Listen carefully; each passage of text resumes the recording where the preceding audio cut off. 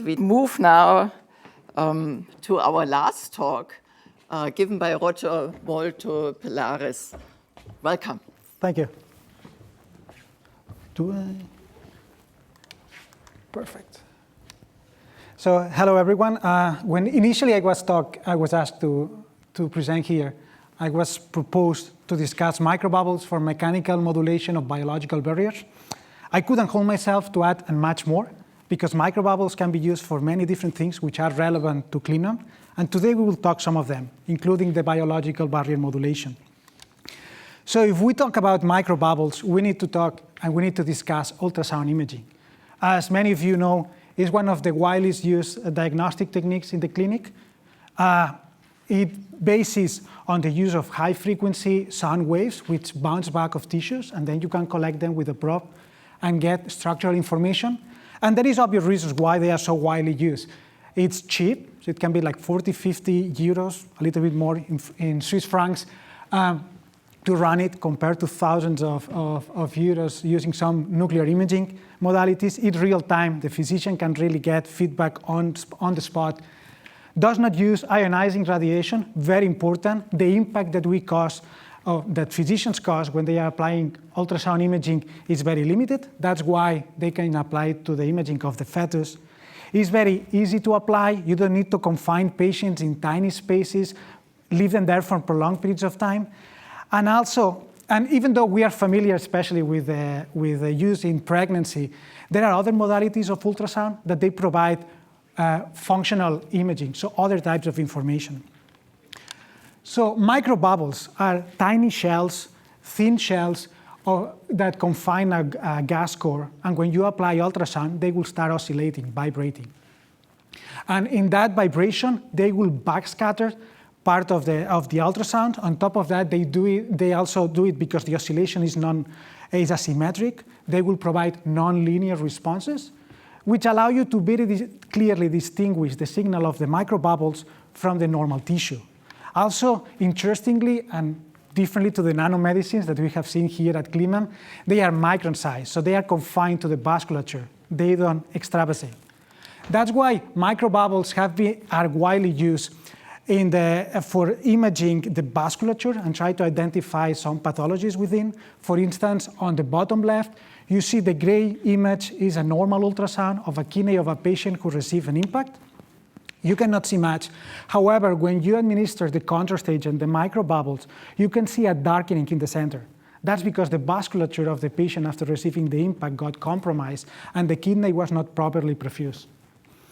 On top of that, microbubbles can be conjugated with targeting agents, so we can do molecular imaging. That means that we can image biomarkers within the vasculature that are related to certain pathologies. And also really cool, they can be used as therapeutic formulations. A very easy one is by loading the shells with drugs, and then you control with a pulse. You can distract the bubbles and you can release those drugs. And the idea is that rather than administering the drugs systemically, you try to release them close to the pathological site, hoping that those drugs will reach that lesion or that pathological site better. Another therapeutic approach that we are very excited, and it's related to the topic that I was asked to present today, is sonopermeation.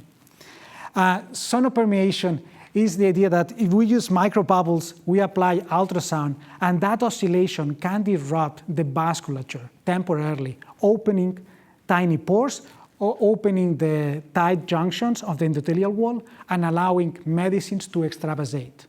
And people have been using that to open different biological barriers, either the blood-brain barrier, tight vasculature in cancer.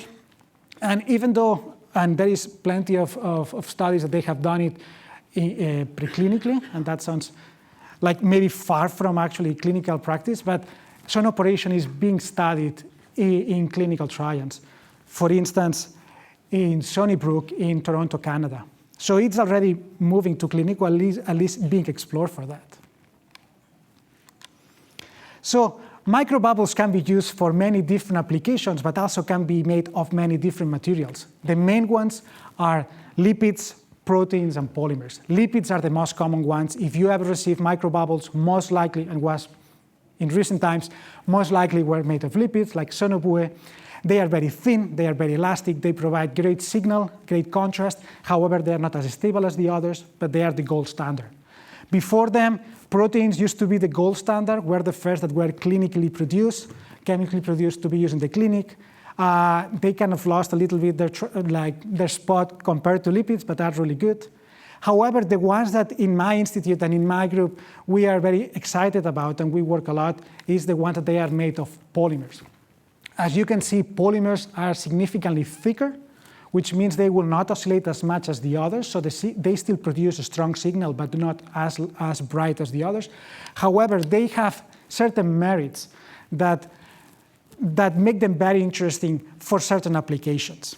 And I will discuss some of them here with you. First of all, they can be loaded better with drugs, especially with hydrophobic drugs. So for instance, in this, on the left figure, a study from Tuan Lammer's group, they explored a wide range of drugs and molecules that resemble drugs, and they saw that they could get a high loading efficiency. They have explored other type of materials, such as gas precursors, or even because they are so thick, they can be loaded with nanomaterials. In my group, one of the molecules that we really, or one of the therapeutic and diagnostic agents we are very interested are photoacoustic contrast agents. Those are molecules that tend to be very hydrophobic, that absorb light and release acoustic signal. And we have been exploring combining the microbubbles, loading the shell of the microbubble with the photoacoustic agents, and we can preserve both the ultrasound with the photoacoustic signal. And it's interesting because provide different information. So the microbubble, the ultrasound will only come from the microbubble. When you destroy it locally, it will disappear, but the photoacoustic signal will be there. So we use it, for instance, to understand the release of drugs. Also, if it gets trapped in the pieces of the microbubble after burst, you can follow those, you can see where do they end up, they get degraded or not, etc. Another very important factor of polymeric microbubbles, why they are so good, they are very easy to bioconjugate. As I was mentioning, they are used for molecular imaging, so you want to be able to attach targeting agents on the surface. For instance, in this study, we showed that mild hydrolysis allows us to expose a lot of functional groups, and then we can attach to them different proteins. In this case, we use streptavidin, but you can add many different through very simple chemistry. And the cool thing, and to our enjoyment, actually, we don't kill the properties of the microbubbles, which you may do with other systems, but actually by thinning through the hydrolysis and then adding the protein, which is very flexible, we actually improve the acoustic properties. So we don't diminish them, we improve them.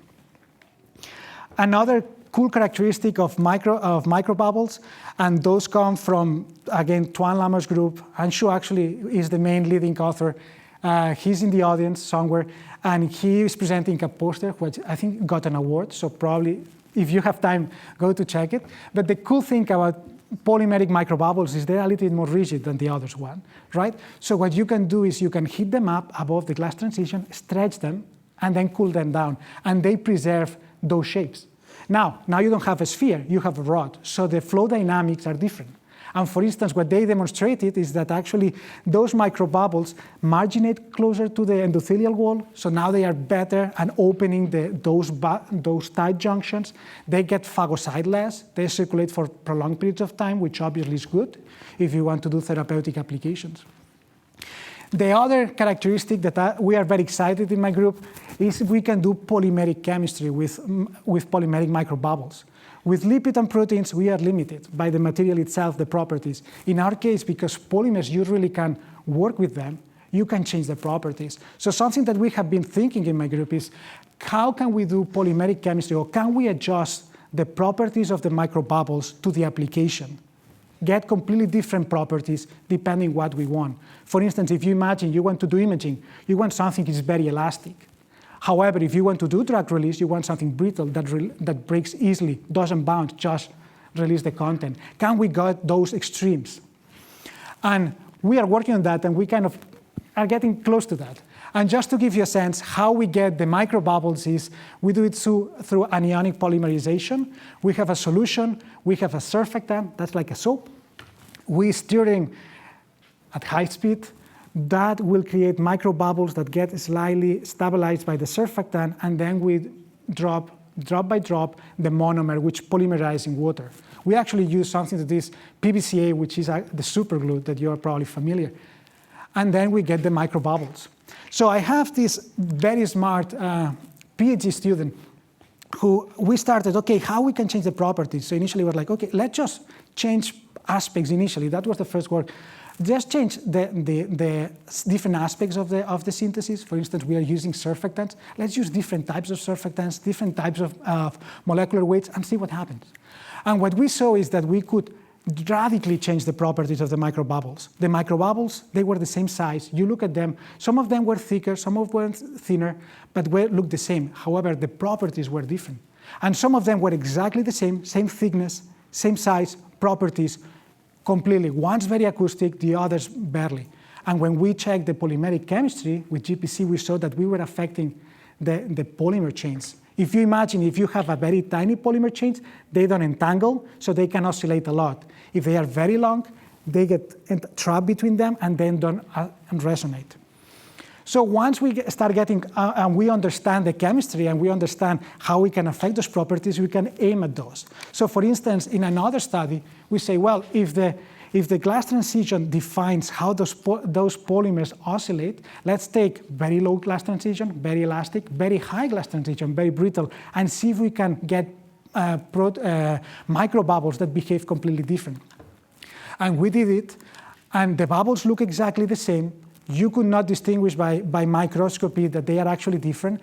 However, for instance, with this collaboration with Edinburgh, they did AFM, so they squeeze the bubbles one by one, and they try to see how stiff they are. And as you see, the red ones, they are extremely stiff. Those are the ones with high glass transition, and the blue ones are very flexible. You can squeeze them almost completely. So you can get completely different stiffness, which then results in completely different properties. So we get some bubbles that they are extremely good at behaving as a contrast agent, while others get destroyed very easy, so they are fantastic for drug delivery. And obviously, and this is just a very simplistic way of doing sonopermeation, when we have a thin layer of cells and then we have the bubbles on top and we try to open, but we see that that has a strong effect on the sonomodulation of the barriers. So that's one of the ways that we have done it. The other is like, okay, there are a few groups now that they are working with these PVCA microbubbles, and they are used to working with the same polymers. So they are kind of reluctant to use other bubbles that they use different polymers. So it's like, can we use with the ones that everybody else works, the PVCA, and control that polymeric chemistry with a reagent that you add when the synthesis is going, when the bubbles are forming, and then you remove that reagent. And you, by that reagent, the amount of that reagent, you control the polymeric chemistry. And we did, and essentially going short because I'm starting to run out of time, but essentially we watch the reagent, is not there. The microbubbles are exactly the same, like the same material that everybody's familiar and is comfortable using, but we can tune those properties. So in summary, to finalize my talk, so microbubbles, I hope that you got that microbubbles are clinically used for vascular imaging. For therapy, microbubbles can be used as drug delivery vehicles and sonopermeation.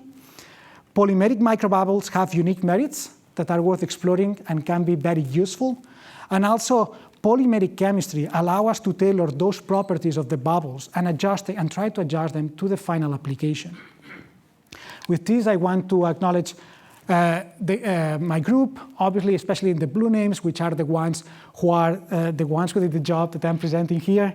Obviously, the collaborations that you saw from Edinburgh, from Orange Institute, Professor Toan Lammers, Fabian Kiesling, and also the funding agency that allowed that to happen. Thank you.